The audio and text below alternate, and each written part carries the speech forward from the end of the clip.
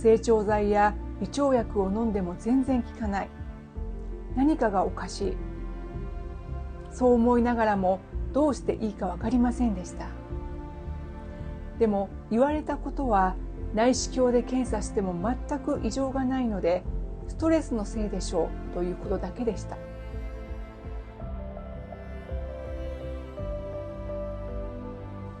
こんにちは、タウンです。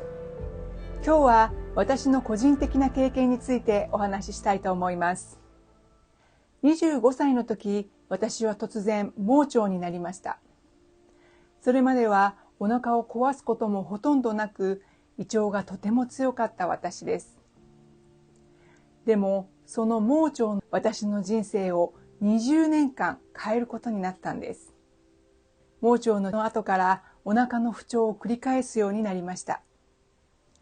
IBS の症状と言われる下痢型、便秘型、膨満感型など様々な症状を繰り返し経験しました。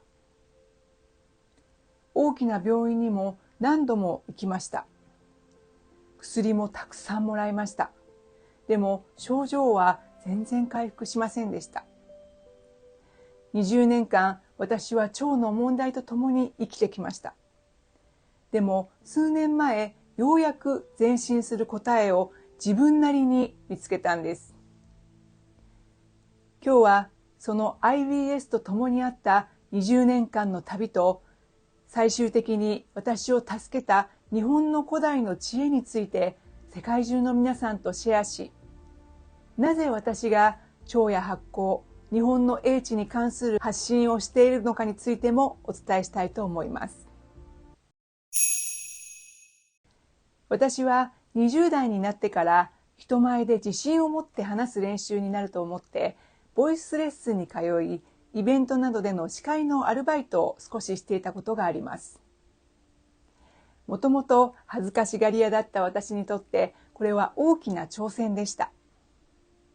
司会進行をしつつ時間きっちりに進めていく必要があり、失敗は許されません。まだ未熟だった私にとってこのプレッシャーは大きすぎました。そしてある日を境に司会の仕事の前には必ずお腹に違和感を感じるようになったんです。でもそれまで胃腸がすごく強かった私はあまり気にしていませんでした。そんなある日、突然熱が出て盲腸と診断されました。そして病院で先生に聞かれました。入院して手術しますか？それとも薬で治療しますか？と。薬で治療しますと答えました。でもこれが大きな間違いだったかもしれません。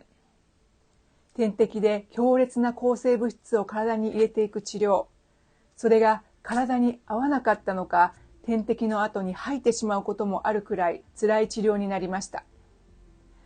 その後、1ヶ月以上にもわたり、何を食べてもトイレに駆け込むような生活が続いたんです。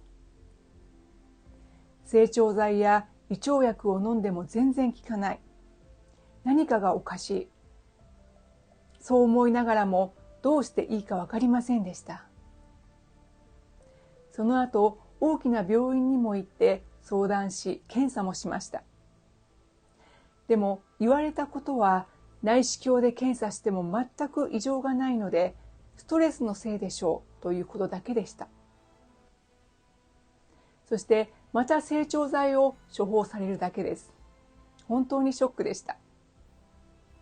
あれほど胃腸が強かった私が常にお腹のあたりに違和感を感じるようになってしまったんです。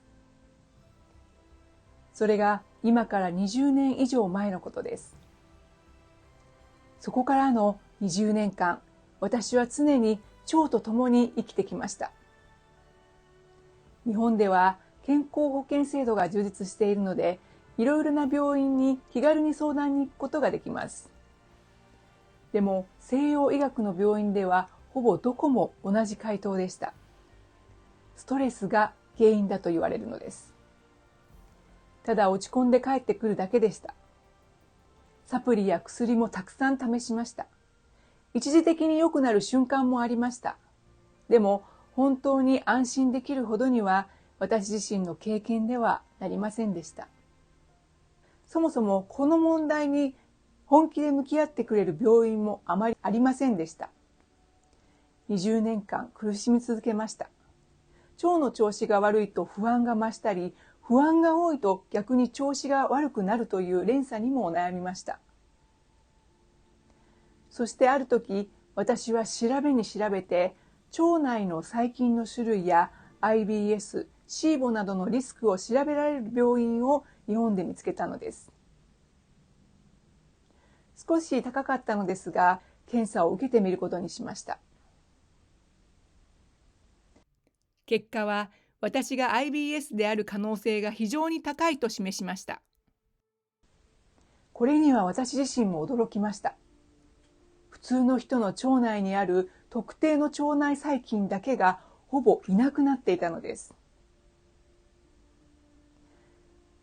その検査を受けたからどうかなったということではありません。ただ自分の中で納得はできました。ああ、だからこういう腸のお腹の痛みなどが出ているんだと。多分 IBS の方はそのようになった原因などがはっきりしないために、自分がストレスに弱いからではないかと少なからず思い浮かべてしまうことや、自分を責めてしまうことがあるかもしれません。だから私もこの結果が出たことで、必要な腸内細菌が全くいないのであれば、IBS になるべくしてなったのだと納得することができたのです。そしてそれを正面から受け入れて開き直ることができたんです。